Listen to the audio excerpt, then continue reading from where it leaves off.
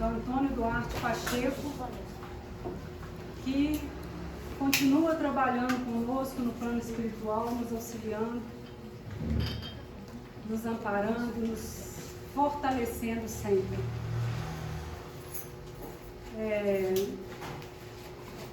Com um sentimento de muita gratidão a ele e a família por ter nos deixado, esse legado, essa casa, que nos recebe com tanto carinho. E é com muita alegria e muita gratidão, então, que a gente planejou esse ciclo. Hoje, a espiritualidade preparou um estudo para a gente através de uma amiga, uma nova amiga do Elias de longa data, que a partir de hoje é nossa amiga também, Dona Divina, seja muito bem-vinda.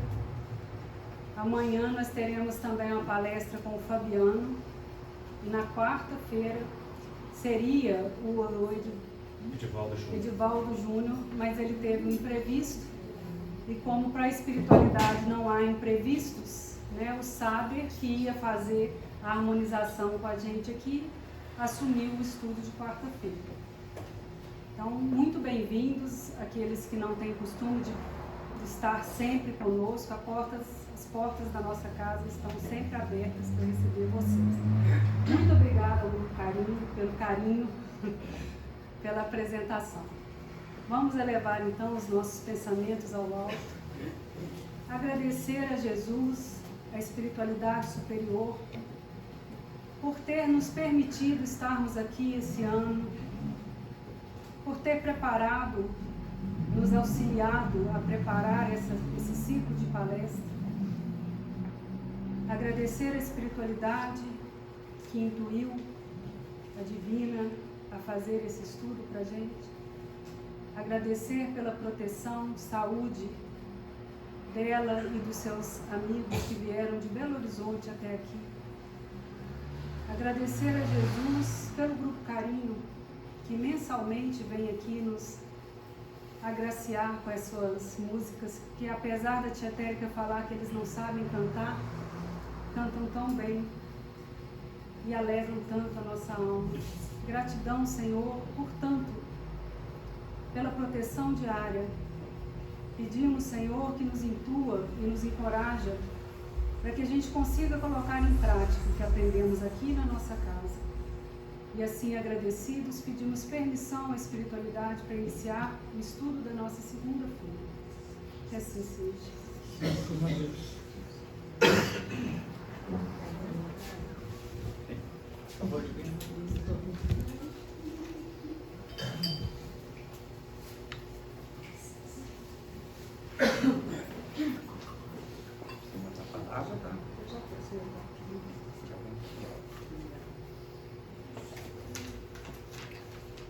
Boa noite a todos.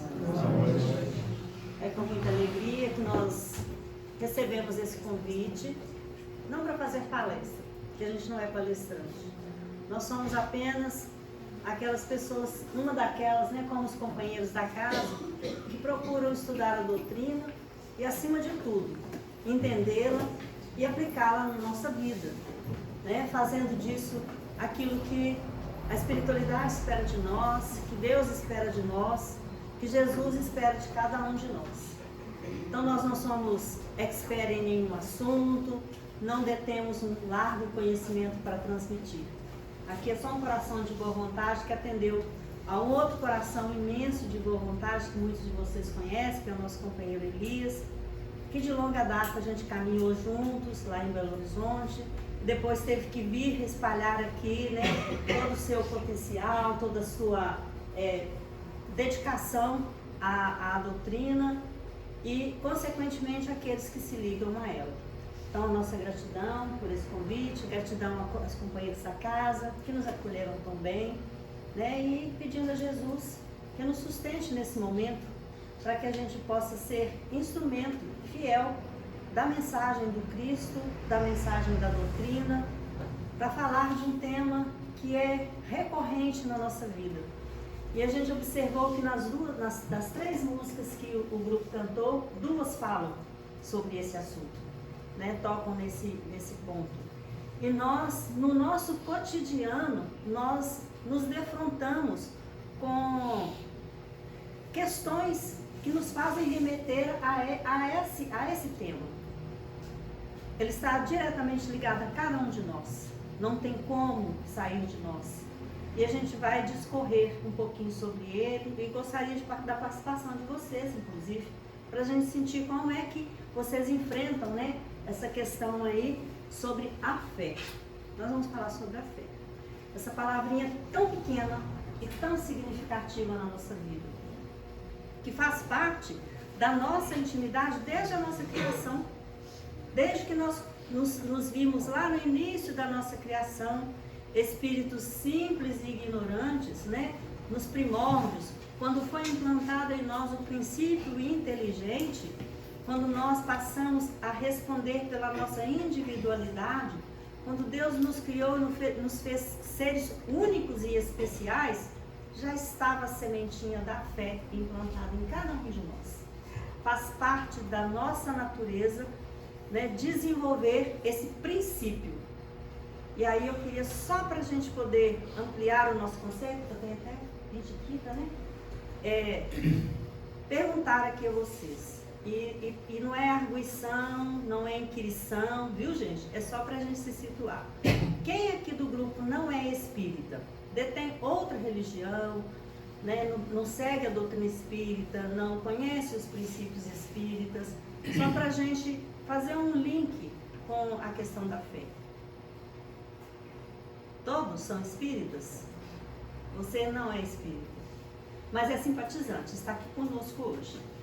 Então já tem uma possibilidade de visualizar a questão da fé sob uma ótica mais ampla. Porque os demais todos são espíritas? Maravilha, hein? Maravilha. Que Deus nos abençoe por isso, né? Não porque a doutrina espírita seja melhor. Não porque a doutrina espírita é que salva. Mas é a doutrina que nos esclarece, nos dá mais amplitude no raciocínio, para que a gente possa entender as questões da fé. E por que a gente fala e por que a sugestão do tema foi a fé? Porque todos nós dizemos, nós já falamos, né, que nós temos a sementinha da fé. E quase todos nós, se não todos, dizemos que temos fé. Não é verdade? Se vocês estão aqui hoje, nessa casa espírita, e se dizem espíritas, tem fé, ou não? Sim. Você que não é espírita, tem fé, né? Porque além dessa semente ter sido implantada na nossa consciência, no momento da nossa criação, nós temos, ao longo de toda a nossa trajetória espiritual, ao longo da história do ser humano na Terra, né?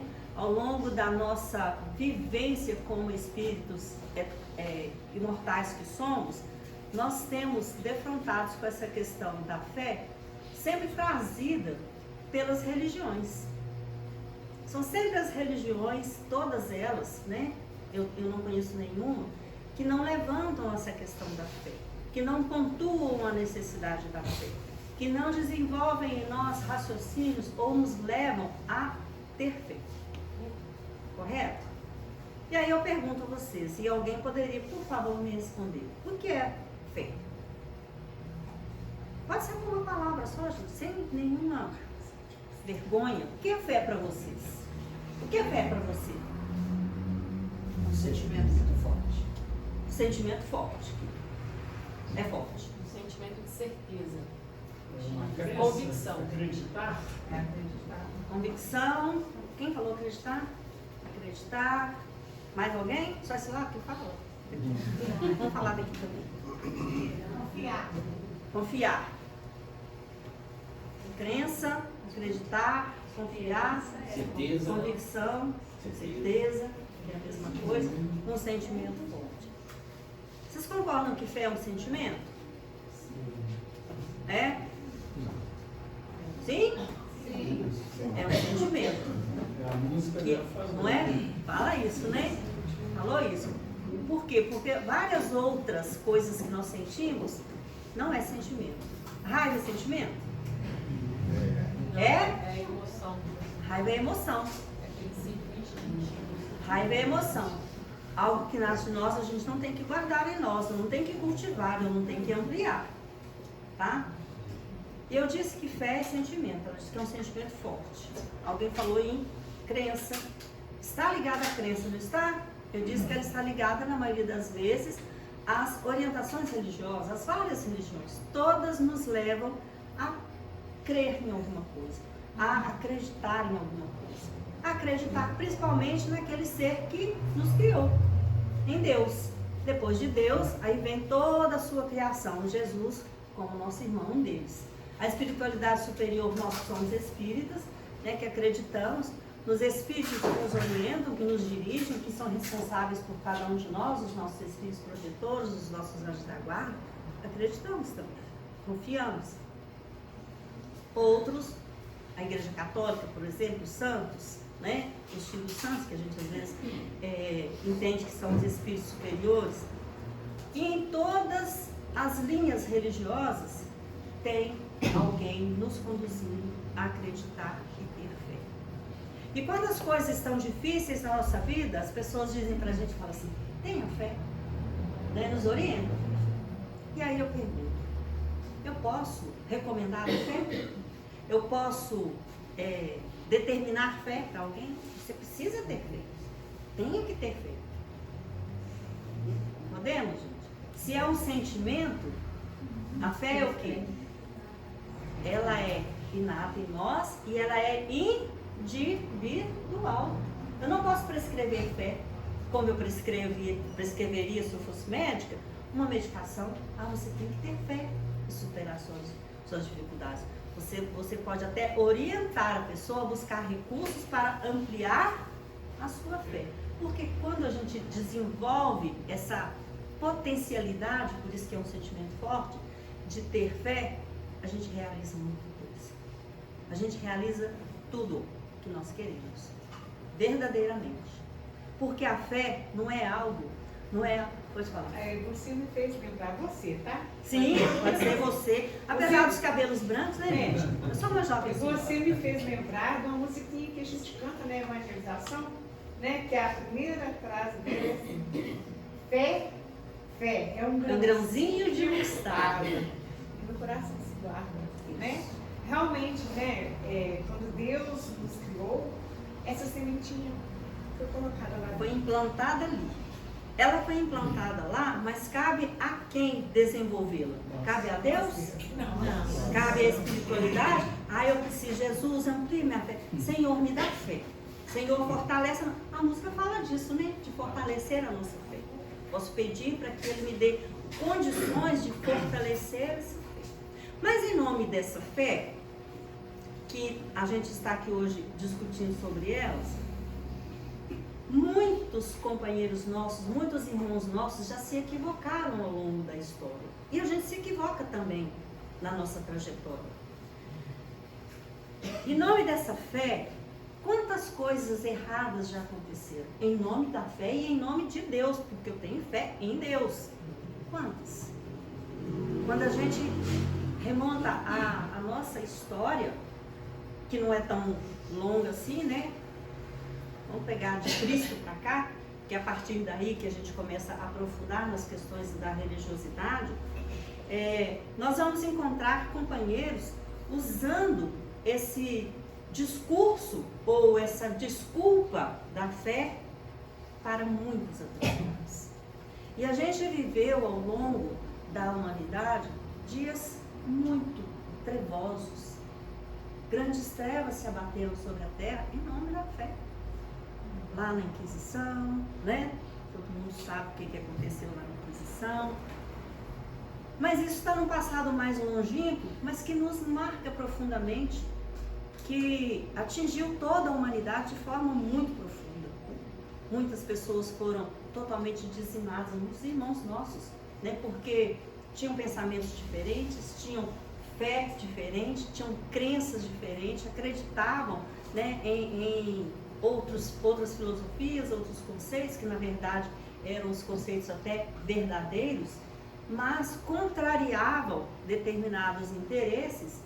E aí a igreja, que era que dominava na época, em nome da fé e em nome de Deus, cometeu grandes atrocidades, né? Com relação aos nossos irmãos. E não somos nós que estamos falando, a história está aí para poder provar.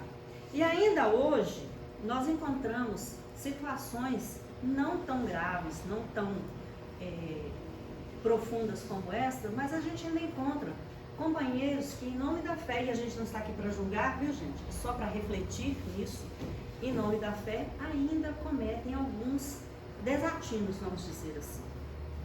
Quantos companheiros, em nome da fé, se impõem sacrifícios físicos?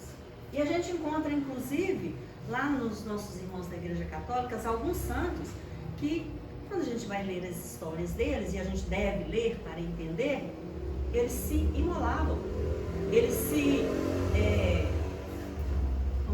como que eu vou dizer? Eles se torturavam, com longos jejuns, minando a resistência física, a saúde, que os levava a enfermidades graves, e essas enfermidades a um desencarne muito precoce. Então podemos ver que a maioria dos santos, né, da Igreja Católica, os desencarnes eram muito jovens, aconteciam muito cedo. Então, grandes sacrifícios físicos, né, castigos mesmo, né, aqueles castigos físicos de silícios. Já ouviram falar nos silícios? As pessoas, isso é um silício. Um silício é o quê? Uma tortura física. É um objeto que ficava ali ao longo do tempo, utilizando o corpo físico mesmo da pessoa até ela entrar em processo de desencarne. Enfermidades, infecções graves, né? Falta de circulação sanguínea, porque elas se martirizavam mesmo fisicamente, em nome da fé, em nome de Deus. Então a gente veio ao longo da história tendo que raciocinar. Será que Deus realmente, em nome da fé, em nome de acreditar nele, vai exigir de nós esse tipo de atitude, de postura, de comportamento?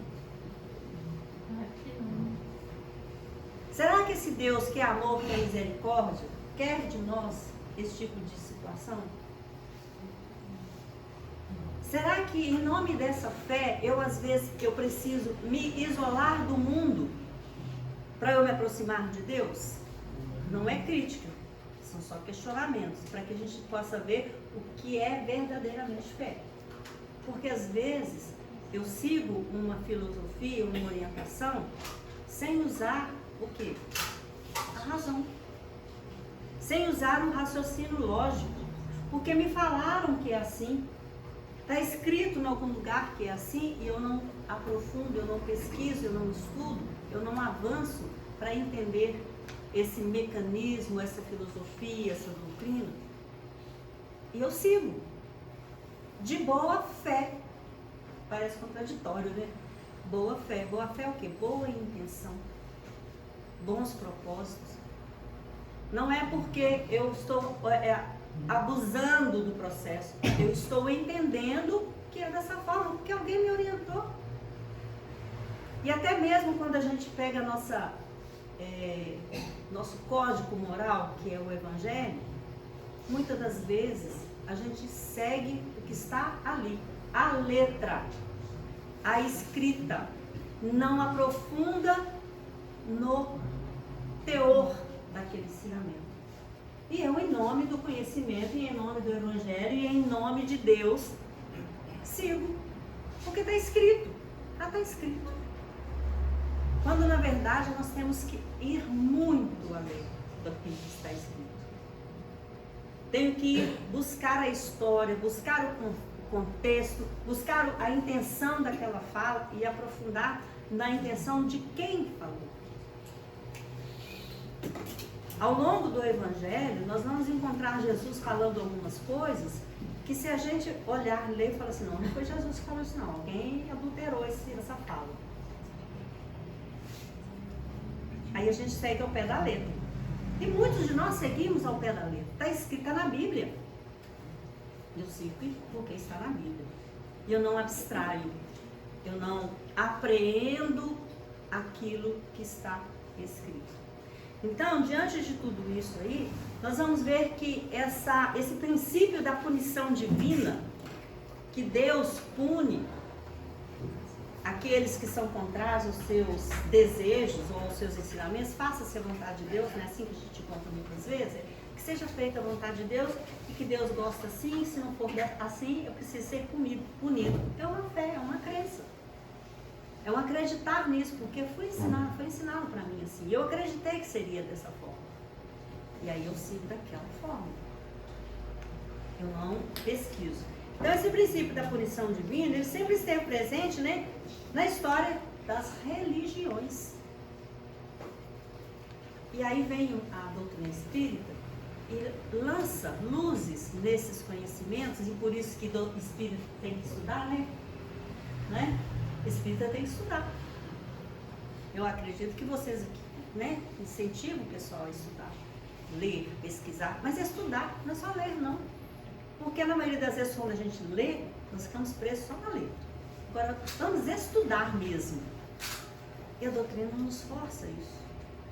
Tanto é que o segundo mandamento da doutrina é espírita, instruí-vos. Primeiro é amai-vos. O segundo é instruí-vos. E sintetizou nisso aí. Porque se a gente ama, se a gente nos ama, e amar a Deus é amar o próximo, nós já cumprimos o primeiro mandamento, que é amar a Deus, amando o próximo. E o segundo é instruir para quê? Para que a verdade, o conhecimento, lance luzes na nossa consciência, lance luzes no nosso raciocínio, para que eu possa fazer de forma correta o uso da nossa liberdade de escolha, que é um dos princípios básicos da doutrina.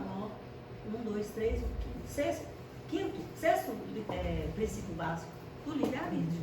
Está ali, exposto. Faz parte da nossa natureza usar o nosso livre-arbítrio. O que é usar o livre-arbítrio?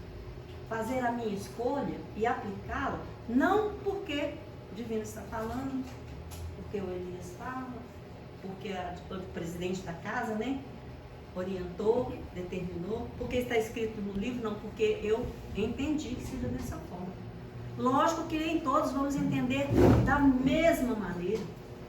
Não somos espíritos que estamos numa escala linear. Cada um de nós está numa escala, um ponto da nossa escala evolutiva. Vamos entender de uma maneira diferente, mas todos vamos convergir para um ponto só, para ter um entendimento só. E até lá, os que estão à frente vão nos auxiliando nesse entendimento, para que o meu livre-arbítrio, a minha escolha, a minha liberdade de ação, de pensamento, para desenvolver os meus sentimentos, sejam corretos. Não sejam porque o Papa falou, o presidente da Federação Espírita falou. Tem que haver responsabilidade. Não é? A responsabilidade é individual. Porque a caminhada, ela é coletiva, nós somos seres, né, coletivos, seres sociais, mas a caminhada é minha, é individual. Ninguém pode caminhar por mim. Ninguém pode fazer por mim aquilo que é a minha obrigação, que é a minha responsabilidade. Então, eu preciso estudar, eu preciso entender. Mas além de entender, eu preciso apreender, é ir além, é absorver, é ampliar esse conhecimento e ir no cerne da questão para eu poder seguir com a minha proposta de acreditar. Porque senão eu vou ficar só na crença. Tá aí a fé raciocinada. Que é aí que nós vamos entrar nela. Eu vou ficar só na crença. A crença que as pessoas querem que eu acredite. Então, fé é muito além de crença. Fé é muito além de acreditar. Né? Alguém falou acreditar aí. Fé é ter certeza absoluta. Convicção. E não é convicção porque alguém me convenceu. É porque eu entendi que é daquela forma. Posso me equivocar ao longo da minha trajetória? Claro. Sou espírito em evolução. Mas eu vou me equivocar baseada na minha convicção. Então, por isso é que fé não se prescreve. Aqui no capítulo 19 de O Evangelho segundo o Espiritismo, tem um capítulo, né, todo mundo conhece, só fala de fé, né? É a que ele está falando aqui, que é capítulo 19, tá aqui. Não posso nem passar para vocês meu livro, está todo rabiscado. Que é a fé que transporta montanhas, né?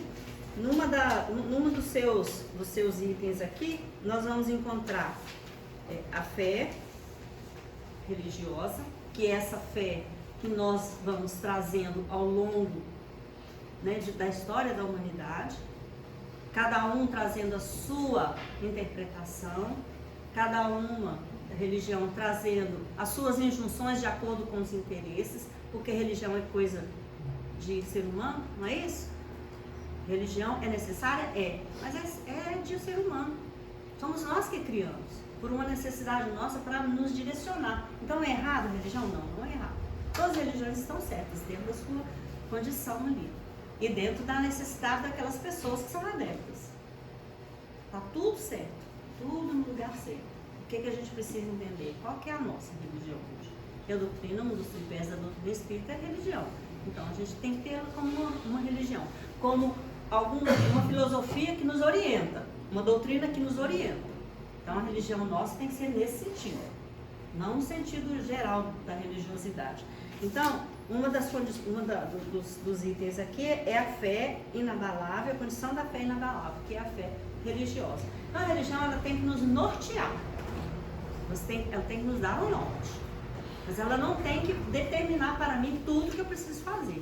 Tem que abrir a perspectiva para que eu possa mergulhar na sua proposta, entender essa sua proposta e a partir daí desenvolver meu sentimento, meu raciocínio, para no momento em que eu tiver que tomar uma decisão, que é o meu livre-arbítrio, eu fazer de forma consciente. Senão ela vira fanatismo. Senão nós vamos chegar no cume do fanatismo.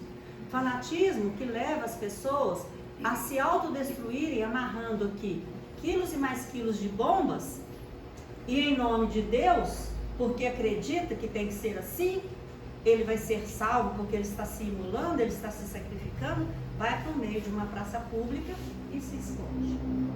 E com ele leva dezenas, centenas e até milhares de pessoas, que sequestram aviões cheios de pessoas e fazem todo aquele terrorismo. Que todo mundo sabe, que tem notícia aí, né? A notícia ela não é escondida, está para todo mundo aí. Que em nome de uma fé, eu me dou o direito de invadir um outro país e dizimar por aqueles que são meus irmãos. Só porque está no outro país, tem uns outros interesses, acredita em outra coisa, ou até porque eu me sinto no direito de querer aquele território, porque aquele território eu considero como santo, como especial, e eu preciso juntar para o meu território e dizimo essa os falha meus uma fé irmãos. está presente em todas as religiões, até na espírita, né? Sim. A gente viu o João de Deus agora recentemente com esses cântaros, então... Na verdade, isso não é das religiões. De onde que é? Somos cada um de nós que professamos as religiões e em nome desta fé que nos leva a esse fanatismo. O que é o fanatismo? A dissociação total da razão. Eu fico tão focado naquele pensamento, naquela filosofia, naquela doutrina, eu creio tão fanaticamente naquilo que eu não penso em mais nada. Eu acredito. Por isso que a gente não pode dizer que acreditar seja fé. Eu só acredito. E em nome desse acreditar, e que eu falo que é uma fé, me proponho a esses absurdos. E atrás disso aí tem muitas outras questões. Muitas outras questões. Sem entrar no mérito de nenhuma questão, mas socialmente falando, muitas dificuldades sociais pelo qual o mundo passa, não só o nosso país, em nome de fé, de religião, em nome de Deus. Em nome de Deus, em nome da fé religiosa, Quantos outros companheiros não se permitem a fazer conchavos, combinações, conluios na área da política, na área da própria ciência, na área dos interesses comerciais e industriais, usando a fé. E atrás de tudo isso nós vamos encontrar realmente interesses escusos, contrários aos interesses de Deus, verdadeiros, que é a nossa libertação espiritual, o nosso aprimoramento espiritual, a nossa evolução, o nosso progresso. Quando na verdade nós temos que convergir para isso, para eu ser hoje melhor do que eu fui ontem. Eu não preciso virar um ser espiritualizado na íntegra, nem vou conseguir. Por isso que eu preciso de várias e várias reencarnações, de várias e várias oportunidades. O processo é longo e ele é contínuo, então não tem que ter pressa de resolver tudo de uma vez e usar a fé, a crença, a inocência às vezes das pessoas, né, para utilizar a nossa fé, até mesmo nós espíritas, como disse a nossa companheira aqui. Às vezes nós só estudamos a doutrina superficialmente e até achamos que já aprendemos, quando na verdade a gente não sabe nada. Quando mais você estuda, você fala, nossa, não sei nada. Meu Deus do céu, deixa eu estudar mais um pouco. E a gente já quer impor, não é? Impor a nossa verdade para o outro. Eu quero transformar meu marido, eu quero transformar meu filho, eu quero transformar meu vizinho, meu chefe, porque eu entendi que a doutrina é maravilhosa. Será que ele vai entender a doutrina? Será que ele está preparado? Como é que eu vou convencer o outro de que realmente essa doutrina é maravilhosa? E ela é? Como? Através do exemplo. Como quando eu entender essa doutrina entrar em mim, fazer uma modificação aqui dentro e começar a sair de mim. Através dessa palavra aqui que eu estou trazendo para vocês, não estou falando novidade nenhuma. Vocês já ouviram isso várias vezes. Novidade nenhuma, a gente só está relembrando. Quando ela sair de mim, através dos meus atos, dos meus sentimentos, do controle das minhas emoções, porque espírita tem raiva ou não tem? O espírito virou santo? Né? Virou. Né? Vocês lembram que Jesus também ficou bravo uma vez? Quando ele entrou lá no templo, que estava todo mundo lá usando de forma equivocada o templo, ele não ficou bravo? Porque a gente está muito... Né? Então, eu preciso ainda dessas emoções, são emoções que me impulsionam, faz parte da minha natureza espiritual inferior ainda. Sou espírito inferior, eu não sou espírito evoluído. Então, se eu sou um espírito em transição evolutiva, eu preciso das emoções, do medo, da raiva, né? De que mais? Quais são as outras emoções aí que a gente vivencia todos os dias, né? Sim, o ciúme. Então, mas ciúme é sentimento. Não. Orgulho, egoísmo. São emoções que nós precisamos ainda, está intrínseco na nossa natureza, mas que eu tenho que ter o quê? Domínio. Eu não posso deixar fazê-los crescer. Essas emoções, elas não podem crescer, elas têm que ser dominadas, até o dia que eu não precisar mais delas. Que eu tiver um patamar evolutivo, que eu saio da linha das emoções para me impulsionar e vou vivenciar o sentimento. Enquanto isso, eu estou trabalhando. À medida que eu domino as minhas emoções, eu amplio os meus sentimentos. E na hora que eu tenho domínio dos sentimentos, as emoções deixam de existir. Eu saio do patamar, né, do espírito ainda inferior, já não tenho mais emoções. Não precisarei mais delas para me impulsionar, né? Porque quando a gente vai estudar as emoções, nós precisamos delas. Eu preciso do medo. Eu não posso alimentar o medo, mas eu preciso dele. O medo é preservador da nossa vida, né? Assim como a raiva, eu preciso me conhecer, ver o que me incomoda em mim, no outro, na situação. Se eu não sei nada disso, o que eu vou fazer para modificar? Para me modificar, ajudar o outro através da minha mudança, porque eu só modifico o outro quando eu me modifico, e isso faça diferença mundo onde eu atuo. E eu fico querendo que o mundo melhore. A gente quer um mundo melhor, todo mundo quer, não quer? Quer raciocinar a fé para os outros, né? Pra gente não. Então, eu quero melhorar o mundo, quero que meus filhos vivam num mundo melhor, que a minha geração futura esteja num mundo melhor, mas o que eu estou fazendo para esse mundo melhorar? Aí a gente fala, mas eu tenho fé, eu acredito tanto em Deus, Deus vai me dar força, eu vou melhorar, eu vou mudar esse mundo. Ou então eu falo assim, eu tenho fé em Deus, mas esse mundo está difícil demais. A gente não ouve isso toda hora, tá Esse mundo difícil é demais. perdido. Esse mundo está perdido, as pessoas não têm mais amor próprio, as pessoas não têm amor entre si, muita violência, muita miséria, muita dificuldade. Só Deus. Só Deus. Já entreguei para Deus. Só Jesus. Né? Não, mas só Deus vai Jesus. começar a devolver nossas entregas. Vai devolver. Mas ele tem que devolver. Mas ele devolve todo dia. Fala, isso não é meu, isso não é meu, isso é seu, isso é seu, isso é seu, isso é seu, divino. É esse que você precisa trabalhar. Sabe? Ele faz Você isso. vai guardar com ele 6 horas mais da manhã. atual é a depressão Primeira luz e do o câncer, serviço. né? Que são devoluções para nós Por quê? mesmos dos nossos Porque sentimentos. eu é que preciso fazer esse trabalho. Sou eu que preciso fazer. Essa fé, elas tem que estar viva em mim. E eu não posso falar assim, eu acredito em Deus e Ele vai resolver as coisas. Não, eu tenho que resolver. Né, Ricardo? Você tem que procurar seus óculos. Não adianta, ele não vai aparecer assim por milagre. Senhor, meus óculos sumiram, eu preciso deles. Não, mas aí eu vou tenho que procurar. defender. Quem perde o óculos parece que perde memória. Nunca sabe onde está. Pois é. Não, mas é só um exemplo, porque às vezes a gente transfere. Estou passando por isso. A doença. Senhor, estou doente. Vou ao médico, tomo remédio. Mas eu estou lá, alimentando as minhas mágoas, a minha raiva, o meu ciúme, a minha desconfiança, né? Estou alimentando ali todo dia. Eu não consigo trabalhar isso. O remédio vai fazer efeito? Vai ser um paliativo. A doença não está no corpo, ela só se manifestou lá.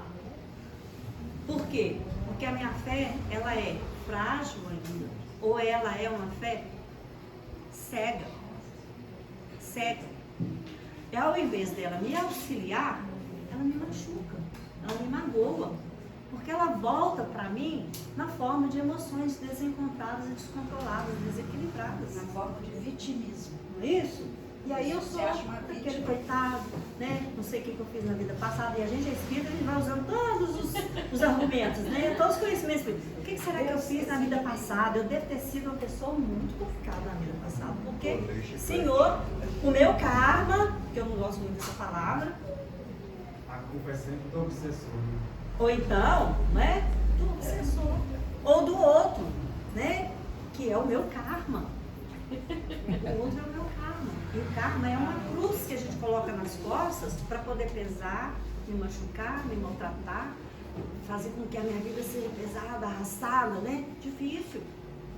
Mas eu tenho fé, eu acredito em Deus. Eu acredito que isso aqui foi coisa do passado. Né? E a gente acredita É a mesmo. responsabilidade. Acredita, então não é acreditar, gente. Eu até sei que eu não fui santo, eu ainda não sou. Mas eu não preciso carregar esse peso, eu posso melhorar. E aí a gente vai ver como é que a gente pode fazer para melhorar isso. Então, saindo desse contexto, dessa fé cega, o nosso companheiro até sugeriu, falou, fé cega, faca molada, fazendo uma alusão à música lá do Milton Nascimento, né? E é mais ou menos isso. Imagine uma pessoa, porque a fé, quando nós temos uma fé cega, a gente se assemelha a uma criança que não raciocina para poder fazer as coisas, que não raciocina para poder se movimentar, né? Ela não tem conhecimento ainda, ela não tem domínio da situação. Imagina uma faca molada na mão de uma criança. O que pode acontecer? Primeiro, no mínimo, ela pode se cortar. Ela não tem noção do peso daquela faca, do tamanho daquela faca, onde é que ela vai pegar, o que ela vai fazer com ela. Depois ela pode fazer uma série de destruição, né? Chega na casa, corta o sofá, fura, né? Fura o sofá, machuca alguém, uma série de coisas. Boa coisa não vai ser. Mais ou menos isso que acontece conosco.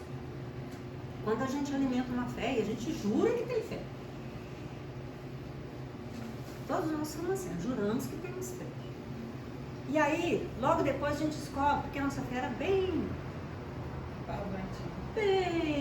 aquela fé mequetrefezinha, Por quê? Bastou a primeira dificuldade, Deus esqueceu de mim. a nós. Nossa, meu Deus. Olha a minha encarnação. O que é que eu fiz lá atrás? O que é que eu andei aprontando? Qual que foi, né? Qual que é o meu karma? Fulano é meu karma, essa situação é meu karma. Tudo que eu faço não vai pra frente. Tudo que eu tento dá errado. A minha vida não se resolve. Em todos os aspectos. A prova de que a nossa fé, se ela é que existia, ela é o quê? Muito menos do que um grãozinho de mostarda, que é uma coisa quase ínfima. E Jesus nos garantiu que se nós tivéssemos uma fé verdadeira, e a fé verdadeira é uma fé baseada no raciocínio, na razão, na lógica, consequentemente no estudo e no conhecimento, nós poderíamos mandar uma montanha, a gente sabe que isso aí é uma analogia, né? Uma montanha sair de um lugar para outro. Ou seja, as montanhas das nossas dificuldades poderiam ser movimentadas, modificadas, exterminadas, se tivéssemos a fé do tamanho de um grão de mostarda. Eu acho que ele não tem nem da pontinha de uma agulha, né? Não tem ainda. E ele falou isso para aqueles que estavam coladinhos com ele ali, que eram seus discípulos. E lógico que ficou para nós que também assumimos essa condição de discípulos do Cristo. Ou não somos? Não somos? A gente está aqui executando o seu evangelho, seus ensinamentos, né? Lembrando as leis de Deus que ele veio nos relembrar, não é isso? Não é essa a nossa proposta? Não somos. Somos seus discípulos, somos seus seguidores, nós estamos aprendendo com ele. Daqui a pouquinho a gente passa para a condição de apóstolo, não vem? Mas a gente ainda é discípulo. Um dia a gente vai ser apóstolo. A gente não chegou na condição de apóstolo ainda. Tipo, nós somos espíritas procurando ser cristãos. Não é? Então. Aí um dia a gente vai ser apóstolo, porque apóstolo é aquele que já sabe, já está, né, praticando. A gente está aprendendo. Então, dentro dessa condição, ele falou, olha, por que vocês não puderam curar lá o menino? Não é isso? Nessa hora que ele fala? Se tivesse um grão, do tamanho de um grão de mostarda, poderiam fazer tudo isso e muito mais. E a gente não consegue ainda, nem para nós. E às vezes a gente se arvora, porque a doutrina fala, ensina, um dos seus princípios ali que é a mediunidade, né? Junto com a influência dos espíritos superiores, eu quero fazer milagres.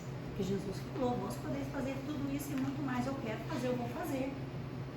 Mas eu não consigo fazer, por quê? Porque eu ainda não desenvolvi em mim essa fé que me leva a trabalhar a minha potencialidade, os meus potenciais, os meus recursos. Eu fico muito presa às minhas dificuldades.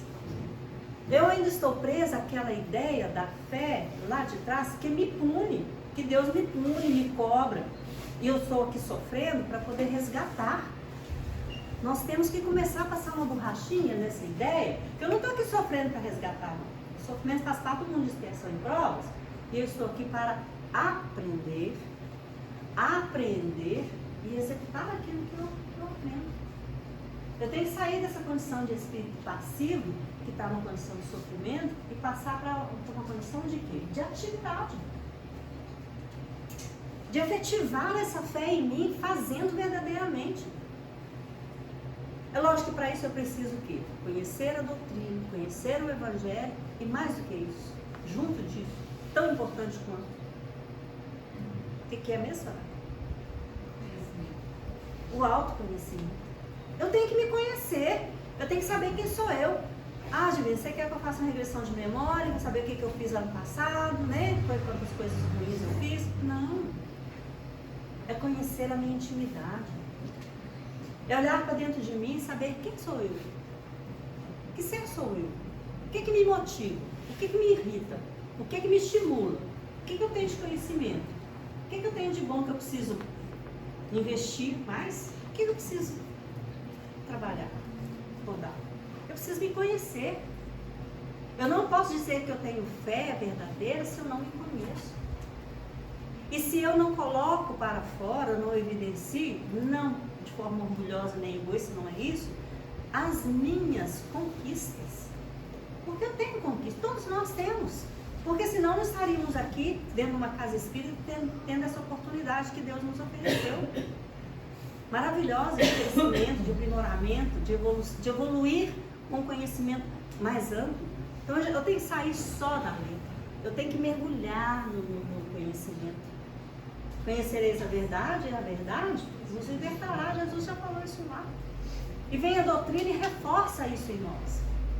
Mas eu tenho que fazer um mergulho, tenho que me conhecer, para saber do tamanho que é minha fé. Ela é verdadeira? Ela é séria? Ela é fanática? Porque nós temos espíritos fanáticos também, né, gente? É fanático? Eu virei espírita, eu quero que todo mundo se vive espírita, né?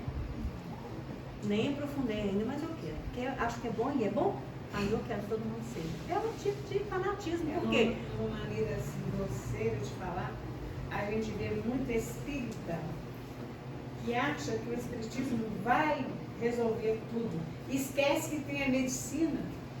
Esquece que tem a medicina, esquece que tem as outras ciências, esquece que tem a tecnologia, esquece as coisas. Tudo via possessão, né? E aí, as coisas não dão tão certo, aí eu tô fazendo tudo certo, aí na reunião, eu aplico o passe, eu canto no coral, eu estudo, então é meu obsessor. Não precisa nem de alguém. Então é meu obsessor. Aquele que eu, lá no passado, né, eu peguei no pé, vou lá tentar saber o que eu fiz. E aí todos os obsessores que manifestam na reunião, é meu obsessor. Ele falou pra mim. Falou pra mim. Ou então falou com meu marido. Por isso que ele me tenta o tempo inteiro. Por isso que ele me irrita o tempo inteiro. Ele está usando meu marido para ele me provocar, me tirar do sério. E aí a gente começa o quê? Fanatizar a nossa crença. Não, não.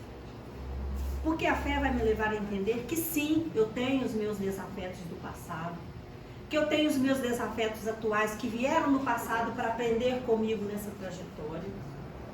Eu não sou um ser perfeito, preciso trabalhar as minhas emoções, os meus sentimentos, o meu conhecimento. Sim, eu preciso. E passar por dificuldades, passar por desafios, faz parte dessa nossa caminhada, dessa nossa trajetória. Porque da mesma forma que hoje eu não consigo ainda trilhar um caminho reto, no passado eu não trilhei. Então eu preciso me reconduzir nessa trajetória e encontrar a minha direção correta. Isso é trabalhoso, vai exigir de mim. Vai exigir primeiro que eu reconheça que eu tenho os meus defeitos. Não é fácil reconhecer que tenho defeito. O defeito é sempre do outro. A gente está sempre apontando para o outro. Né? Porque fulano, você, porque você. Esquece. Nós temos que apontar para nós. Nós estamos apontando para nós, inconscientemente. Quando eu falo o defeito de um, eu tenho que reconhecer que eu tenho no mínimo 2, 3 defeitos, 4. Mas raciocinar, acreditar nisso, demanda esforço, demanda trabalho, demanda um aprofundamento em nós e na doutrina. Já passou o tempo da gente vir para a casa espírita só para assistir palestra, né? Só para assistir palestra é ótimo. Eu não tenho compromisso com a Humildade casa. também? Hein? Demanda humildade. E isso vai nos levar à humildade, porque a humildade leva a reconhecer, né? A nos reconhecer como seres ainda falíveis, e somos. Né? Vai nos levar a desenvolver em nós todas essas questões aqui. Vamos avançar, né? Para que a gente possa terminar aqui na hora certa. Então, como que a gente, né, buscando aprofundar, descobrir em nós o potencial dessa sementinha da fé lançada ali, como é que ela vai se ampliar? Porque eu tenho que fazer com que ela se amplie. E a fé é semelhante ao fermento. Né? Quando a gente faz um bolo, as donas de casa aí, alguns donos de casa também já sabem, né? É a menor porção de uma receita.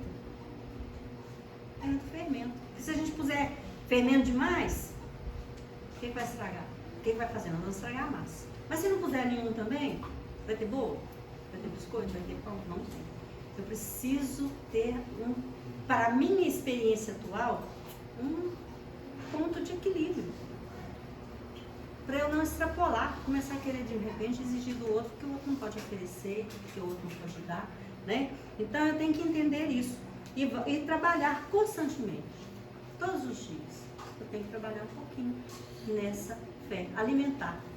Quando a gente faz fermento natural, não sei se vocês já sabem como é que é o princípio, você começa a desenvolver aquele fermento, aí você vem, coloca mais um pouquinho de massa, descarta mais um tiquinho ali e vai criando, né, aquele levedo ali para que ele possa chegar no ponto certo. A fé é assim também. Não posso exigir que a fé eu adquira de uma hora para outra, que eu potencialize isso em mim de uma hora para outra. É um trabalho lento e contínuo, assim como a evolução. Quanto mais eu evoluo, mais fé eu tenho. Por isso que Jesus fazia tudo o que ele queria. Por isso que a gente afirma que não existe milagre. Jesus fez milagre, não existe milagre na natureza. Por quê? Porque Jesus conhecia todas as leis. Manipulava os fluidos porque ele conhecia de fluido, conhecia de manipulação, conhecia de magnetismo, conhecia da necessidade do outro, penetrava no íntimo do outro só de olhar e exalava capacidade de doação. Bastava tocar na barra da sua vestimenta para se curar, desde que soubesse que ele poderia fazer aquilo. Então não é que ele poderia fazer porque ele era um ser que iria curar todo mundo. Ele curou todo mundo? Não. Ele resolveu os problemas de todos aqueles que conviveram com ele? Não. Ele não resolveu o problema de Pedro, que traiu ele. Não resolveu o problema de Judas, que o vendeu. Que é uma questão de cada um. Assim como cada um de nós temos a nossa individualidade. Agora, no momento em que a gente entender essas leis de Deus que ele veio de novo reforçar para nós, que a gente entende como que ela atua, que tudo isso é lei, tudo isso é organização de um ser maior, que está aí, essas leis existem, e não tem como derrogá-las, e elas vão atuar em nós, desde que nós nos, como é que eu diria, a gente se disponha a isso, as coisas vão acontecer. Aí eu posso dizer assim, não, eu acredito que minha dor vai passar, que minha doença vai cumprir a sua função, porque é isso que eu tenho que entender.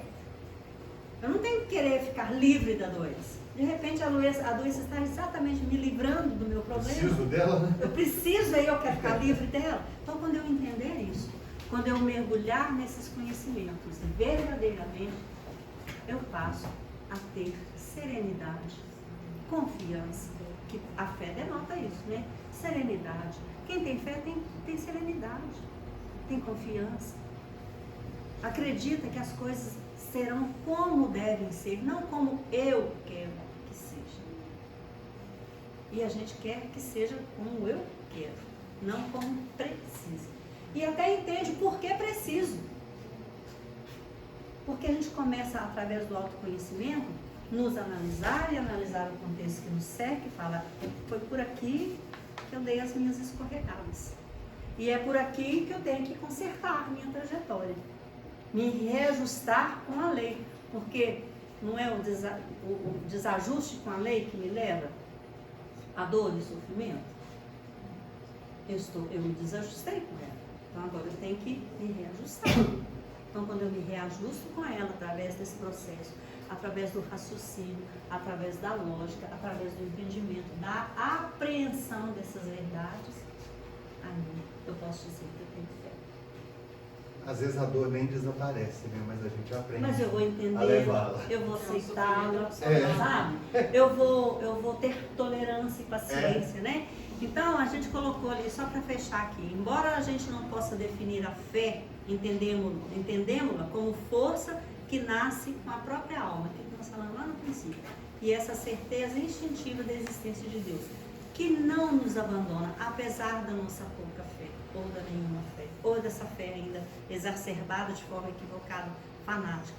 Ele não nos abandona. Ele nos criou, ele sabe que um dia a gente vai chegar onde nós precisamos chegar, né? E lá, só para reforçar o que nós falamos, está no capítulo 19, né?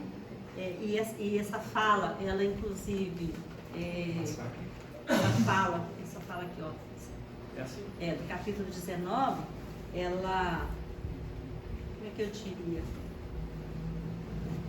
Ela reforça, né, o que está aqui no Evangelho. A gente encontra algumas obras do Evangelho, algumas versões do Evangelho, que ela está aqui, nessa segunda página aqui.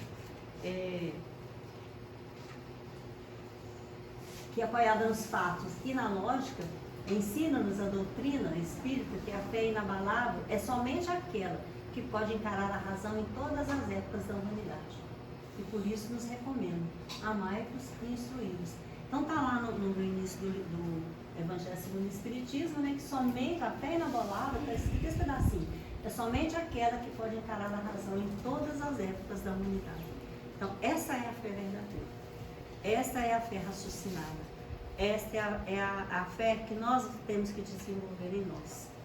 Fruto do estudo, lógico, claro, evidente, sem subterfúgios, sem enganos, né?